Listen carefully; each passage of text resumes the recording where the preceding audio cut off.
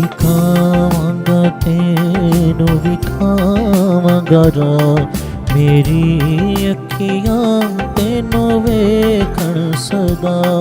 ਸਿਖਾਵਾਂਗਾ ਤੈਨੂੰ ਵਿਖਾਵਾਂਗਾ ਰਾਹ, ਮੇਰੀ ਅੱਖੀਆਂ ਤੈਨੂੰ ਵੇਖਣ ਸਦਾ।